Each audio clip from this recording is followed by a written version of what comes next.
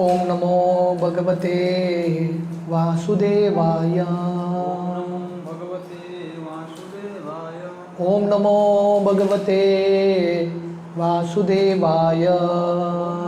भगवते वासुदेवाय। ओम नमो भगवते वासुदेवाय। भगवते वासुदेवाय। नारायणं नमस्कृत्य नरं चैव नरोत्तमं देवीं सरस्वतीं व्यासं ततो जायमुदीरये। नष्टप्रायेषु अभद्रेषु नित्यं भागवत सेवया भागवत सेवया भगवती उत्तमश्लोके श्लोके भक्तिर्भवती नैष्टिकी। भगवती नैष्टिके। कृष्णाय वासुदेवाय कृष्णाय वासुदेवाय देवकी नंदनाय च नंदनाय च नंदगोपकुमाराय गोपकुमाराय गोविंदाय नमो नमः। नमो नमः। नमो पंकजनाभाय पंकजनाभाय नमो पंकजमालिने पंकजमालिने नमो पंकजनेत्राय पंकजनेत्राय नमस्ते पंकजांग्रये। पंकजांग्रये। हरे कृष्णा। टेक्स्ट 36। सवाच्य वाचकतया वाचकतया सवाचकतया भगवान ब्रह्म रूप दृक् भगवान ब्रह्म रूपधृक् नाम रूप क्रिया धत्ते नाम रूप क्रियारते सकर्मा कर्मक पर। कर्म कर्म कः परा। Word to word, saha he vachya by his forms and activities, vachakataya by his transcendental qualities and entourage. Bhagavan, the personality of Godhead, Brahma absolute, Rupa Drik by accepting visible forms, Nama name, Rupa form, Kriya pastimes, Dhatte accepts, Sakarma engaged in work, Akarmaka without being affected, Paraha transcendence. Translation: He, the personality of Godhead, manifests himself in a transcendental form, being the subject of his transcendental name, quality, pastimes, entourage and transcendental variegatedness. Although he is unaffected by all such activities, he appears to be so engaged. तो यहाँ पे शुकदेव गोस्वामी वर्णन कर रहे हैं कि भगवान जो पूरी तरह से आध्यात्मिक हैं वो अलग अलग नाम लेते हैं, अलग अलग रूप धारण करते हैं और अलग अलग कार्य करते हैं। जैसे कृष्ण गीता में बोलते हैं, हालांकि वो चतुर्वर्ण, ये जो 4 वर्ण और 4 आश्रम उनसे ही आता है, पर भगवान बताते हैं उनको कुछ कार्य लागू नहीं होता। He appears to be acting but he is not affected. यहाँ पे वर्णन है, although he is unaffected by all such activities he appears to be so engage. तो हालांकि भगवान सब कार्य करते हैं फिर भी उनको कार्य लागू नहीं होता। ही रिमेन्स अनअफेक्टेड।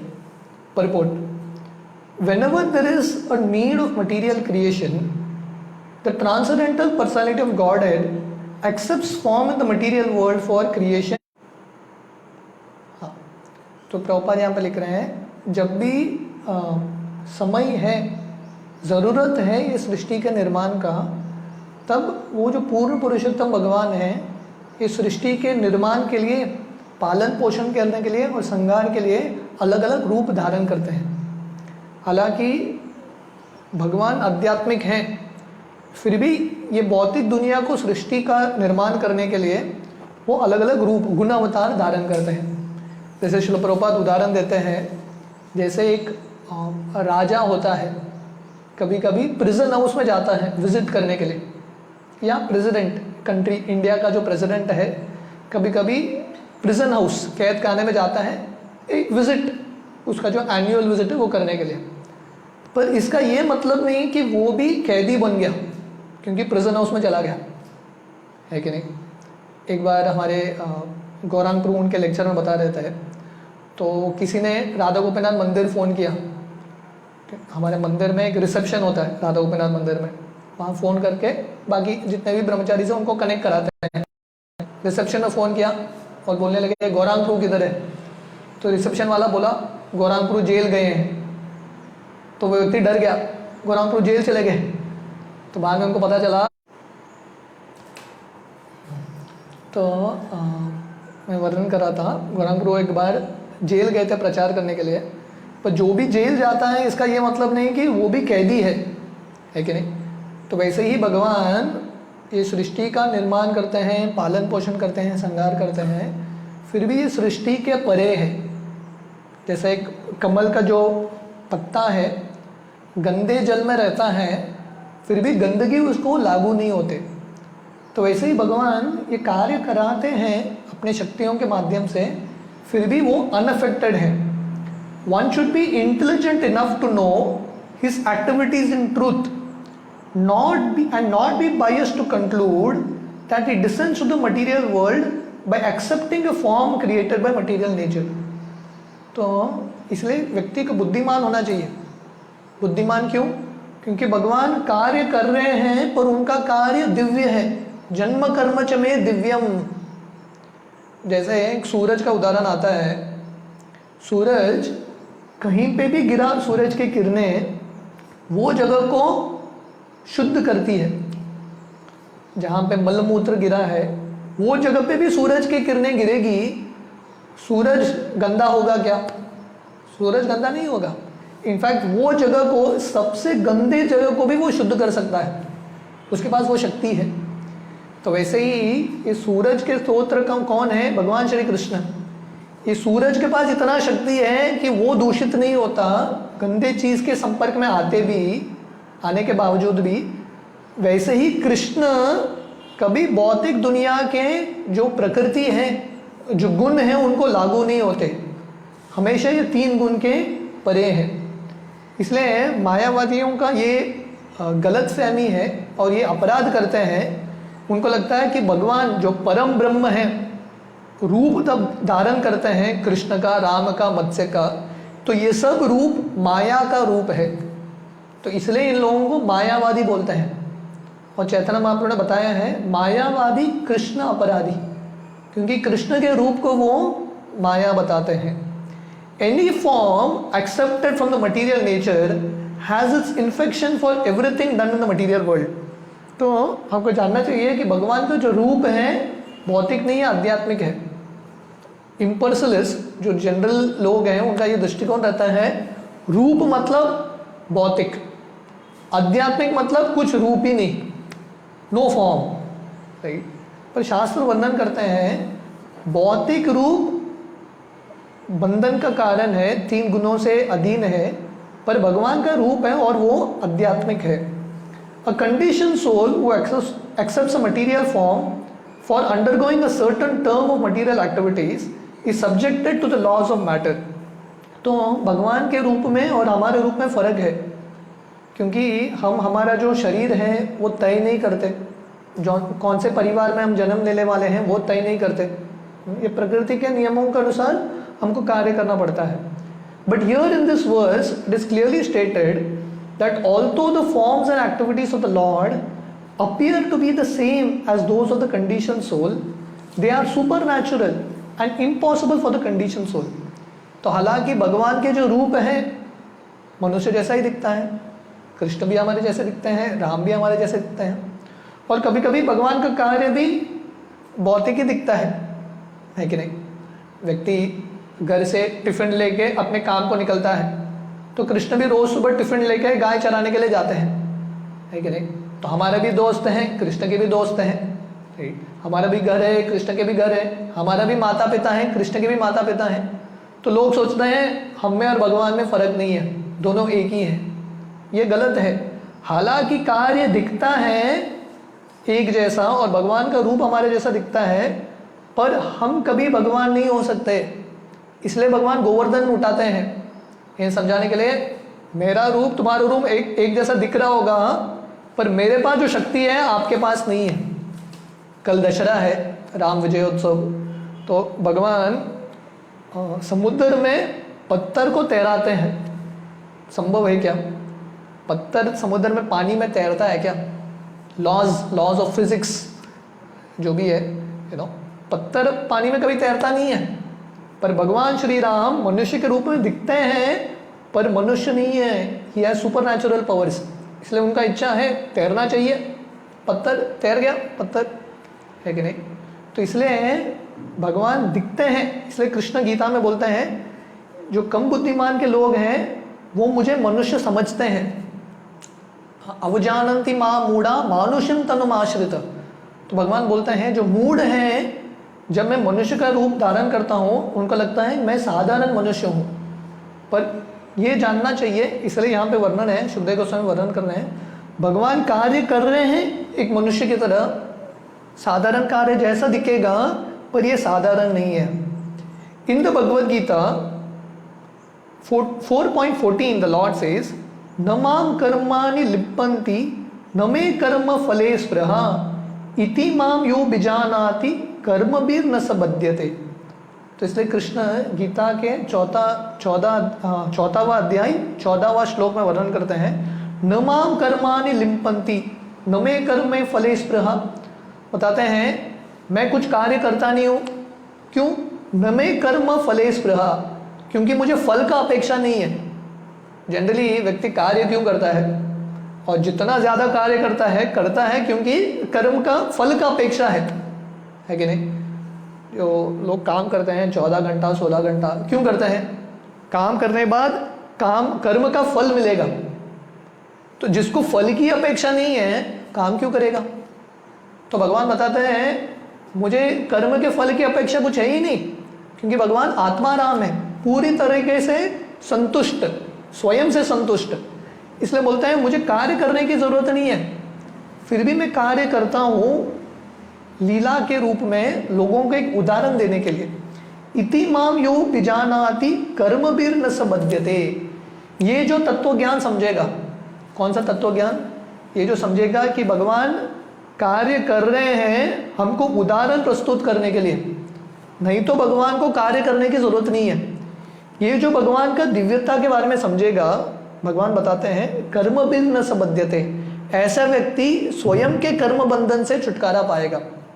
जन्म कर्म च में दिव्यम एवं यो वेति तत्वता त्यक्त्वा देहम पुनर्जन्म नयति मामेति सोर्जुना।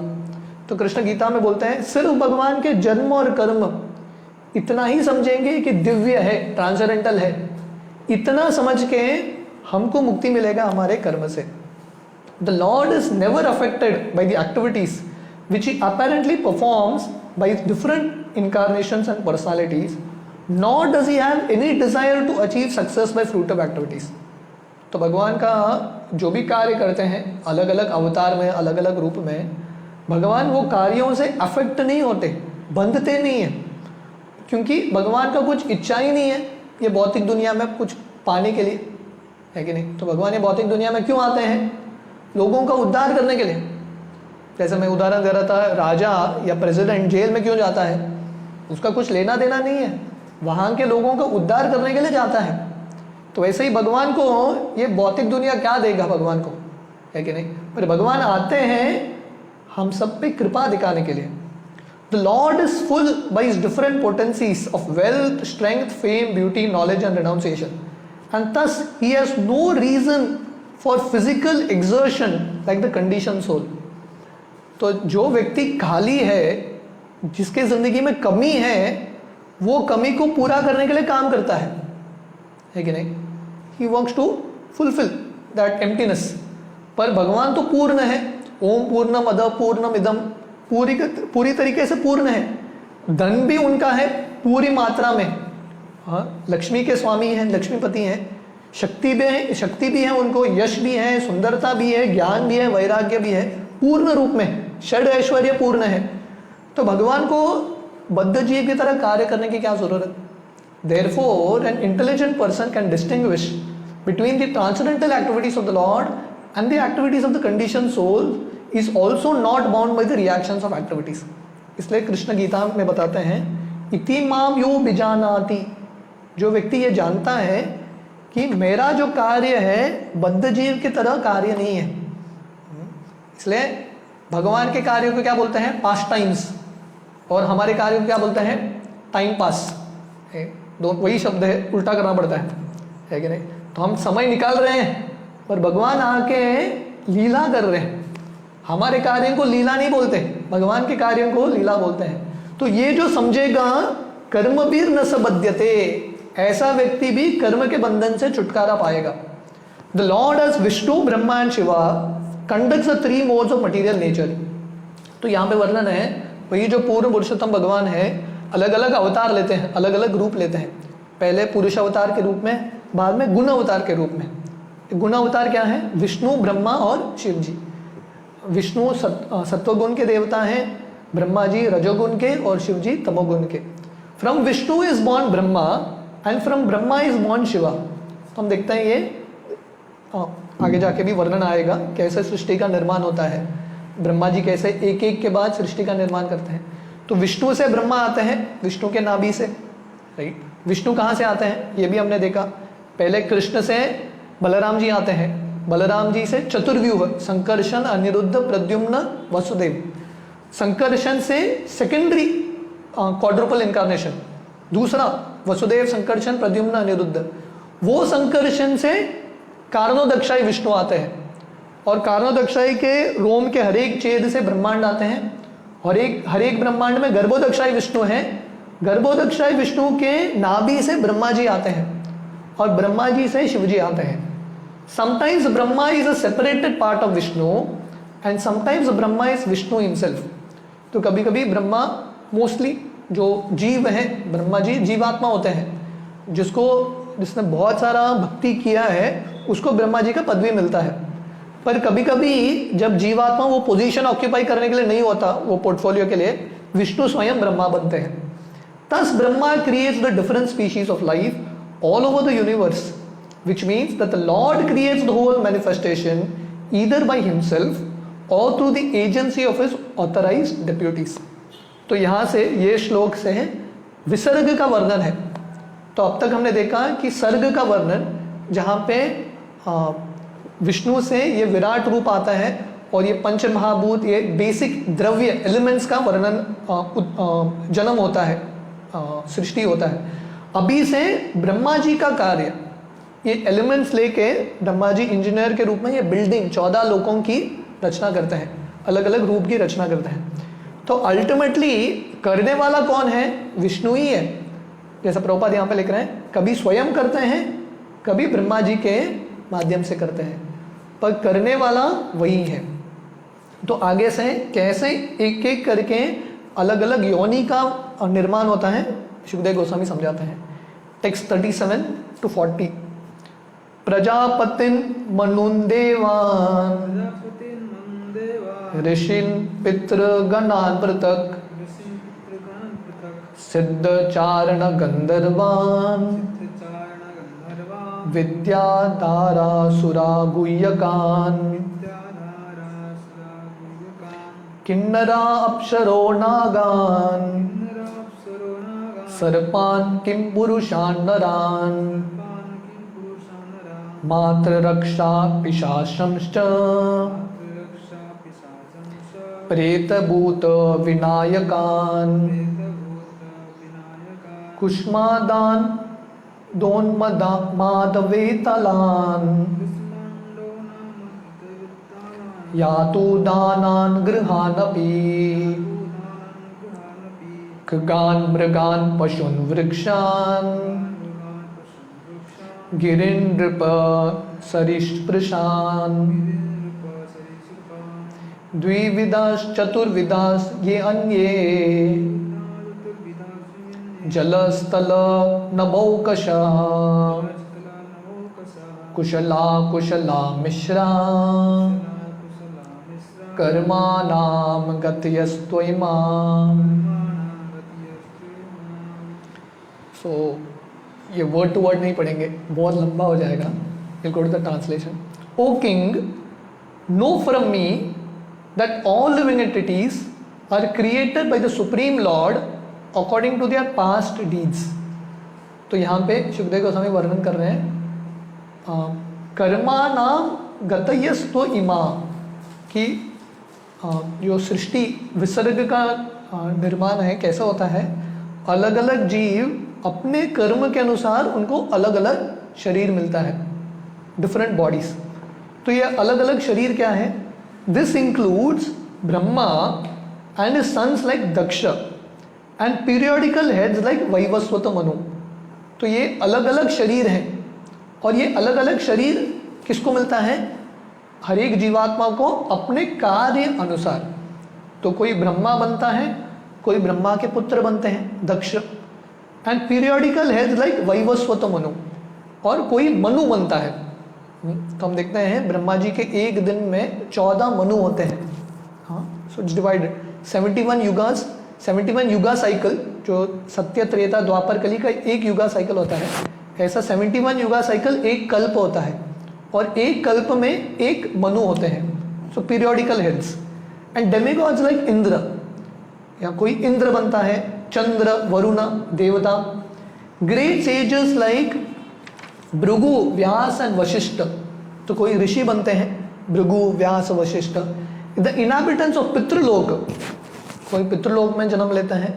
सिद्धलोक, द चारणस, गंधर्व, विद्याधरस।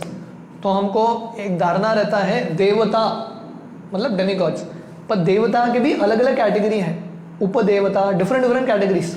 स्वर्ग के भी अलग अलग कैटेगरी है, सब हेवनली, हेवनली, ऐसा। तो यहाँ पे पितृलोक है, सिद्धलोक है जिन्होंने सिद्धि प्राप्त किया है, चारण, गंधर्व, विद्याधारस, असुर, यक्ष, किन्नर, एंजल्स। तो ये अलग अलग नीचे के योनि है। असुर हैं, यक्ष हैं, किन्नर, एंजल्स, हाँ, जो अप्सराएं हैं, सर्पेंटाइन्स, जो नाग, द मंकी शेप्ड किम पुरुषस। तो किम पुरुष करके एक लोक है, किम पुरुष लोक, जहाँ पे बंदर जैसे लोग रहते हैं। तो बृहद भागवतामृत में वर्णन आता है, जब भगवान राम अपना लीला समाप्त करके स्वयं के धाम स्पिरिचुअल अयोध्या में चले जाते हैं, हनुमान जी जाके किम पुरुष लोक में रहते हैं। हाँ, सो एक लोक है ये किम पुरुष लोक, सबटेरेनियन हेवन। ह्यूमन बींग्स, मनुष्य, नर, द इनहैबिटेंट्स ऑफ द मार्त्य लोक, मार्त्य लोक है। द डीमंस, जो असुर है, पिशाच, गोस, स्पिरिट्स, लुनाटिक्स एंड इवल स्पिरिट्स। तो प्रॉपर ने इंग्लिश का ट्रांसलेशन दिया है, इसके अलग अलग शब्द हैं, प्रेत, भूत, विनायकान, कुष्मांध, वेतलान, यतुदानान। सो हमारे लिए ये सब एक ही कैटेगरी में आता है, गोष्ट। और गोष्ट के भी अलग अलग कैटेगरीज है। एक है पिशाच, विच देन देयर इज गोस, उसके बाद है स्पिरिट्स, बुरे आत्मा, लुनाटिक्स, पागल लोग, evil spirit, the good and evil stars, नक्षत्र, अच्छे नक्षत्र, बुरे नक्षत्र, द गॉब्लिन्स, तो ये भी है शिव जी के अनुयायी हैं goblins. Animals in the forest, जो वन में पशु हैं, पंक्षी हैं, birds. The house hold animals, animals के भी दो कैटेगरी हैं, एक जो वन में रहते हैं जंगली, और दूसरे जो पालतू हैं, घर में रहते हैं, house hold animals. Reptiles, the mountains, पर्वत हैं, the moving and standing living entities, मतलब जो वृक्ष हैं, हाँ, खड़े हैं, चल नहीं सकते, और थोड़े योनि हैं जो चल सकते हैं। The living entities born from embryos, from eggs. तो इसके भी अलग अलग हैं वर्णन आता है कि 4 तरीके से जीवात्मा का जन्म होता है। एक तो गर्भ में, तो मनुष्यों का जन्म कहाँ पे होता है? माँ के गर्भ में। थोड़े जीवात्मा का जन्म अंडे से होता है, अंडम, गर्भम, अंडम। हाँ, तो तीसरा जन्म होता है रेस्पिरेशन, श्वेद, रेस्पिरेशन। जब मॉइस्चर ज़्यादा होता है एटमॉस्फेयर में, तो हम देखते हैं कि फंगस इत्यादि उत्पन्न होते हैं, रेस्पिरेशन। एंड फ्रॉम सीड्स, बीज, बीजम, बीज से उत्पन्न होता है जीवात्मा। और and all others, whether they be in water, land और sky, in happiness, in distress, or in mixed happiness and distress, all of them according to their past deeds are created by the Supreme Lord. तो अलग अलग योनि हैं, अलग अलग category के लोग हैं, कोई आकाश में है, कोई धरती पे है, कोई पानी में है, कोई खुश रहता है, कोई दुखी रहता है, किसी की ज़िंदगी में खुश और दुख दोनों समान मात्रा में है, मिश्रण है। जो भी अवस्था है हर एक व्यक्ति भगवान ही निर्माण करते हैं ब्रह्मा जी के माध्यम से, पर उनके कर्म के अनुसार।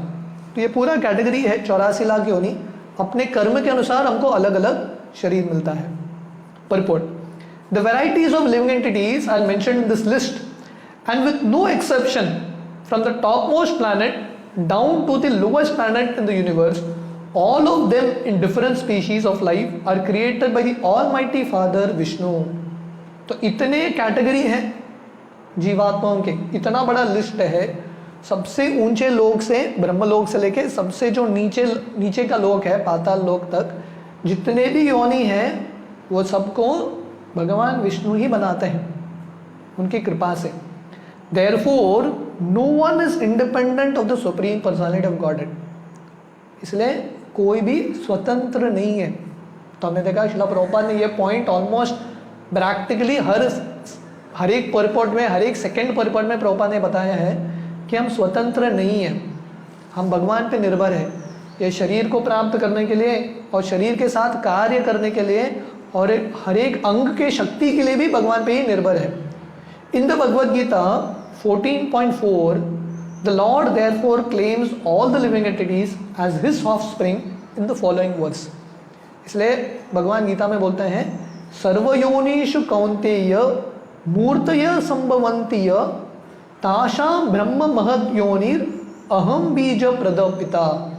तो भगवान बोलते हैं सर्वयोनिषु कौन्तेय, जितने भी योनि हैं वो सब कहाँ से आ रहा है? अहम बीज प्रद पिता, I am the seed giving father.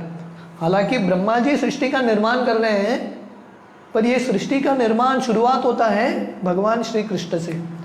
The material nature is compared to the mother. तो प्रभुपाद देखिए बहुत कठिन चीज़ों को बहुत सरल भाषा में समझाते हैं। प्रकृति जो मटीरियल नेचर है वो एक माँ की तरह है, राइट? तो प्रकृति माँ कभी अकेले बच्चे को जन्म नहीं दे सकती। कभी होता है क्या? नहीं होता। पुरुष का संग चाहिए रहता है। जब तक पिता नहीं होते हैं सिर्फ माँ अकेली बच्चे को जन्म नहीं दे सकती। वैसे ही कृष्ण क्या बोल रहे हैं यहाँ पे? अहम बीज प्रद पिता।